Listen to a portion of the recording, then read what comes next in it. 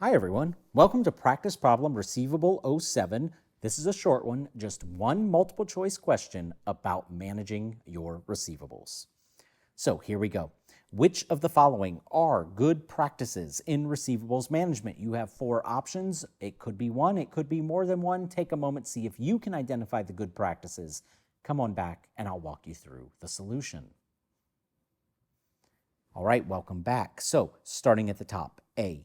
Insure credit policies only enable lending to customers with flawless credit.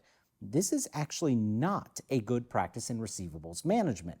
Does it ensure that the customers that you have are going to be likely to pay you? Sure, it ensures that. However, by requiring such a strict standard as flawless credit, it's also going to severely limit the customers that you can have. And therefore, this would not actually be considered a good idea in receivables management. All right, B, do not use third parties to accelerate cash collection because those third parties cost money. They eat into your revenue, they eat into your cash. That is actually not recommended necessarily for receivables management either.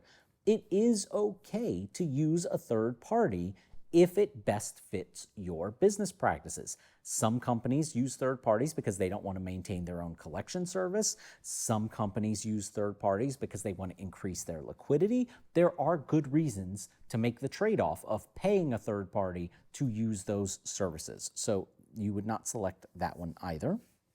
How about C? Use an aging schedule to determine the risk of receivable uncollectability. That is definitely a good practice, to sit there and look out in a chart of how many receivables do we have that are current, that are slightly overdue, that are extremely overdue. Are things getting out of hand? Do we need to make some bad debt estimates? So forth and so on. So this is a good practice of receivable management. How about D?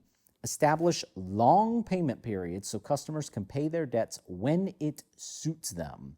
That is not a good practice in receivables management. You do want your payment period to be long enough that it makes it worth it for a customer to borrow on credit, right? A payment period that is only like 1 or 2 days long, a customer may as well have paid you cash. There's really no point to that short of a payment window.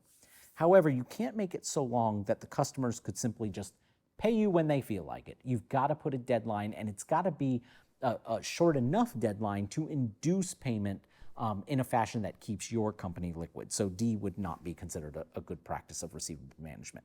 So in this case, there was just one. That's a rarity for me. I usually have more than one right answer, but this one only had one. All righty, that was it. I hope you found this helpful, and I hope you join me for another video.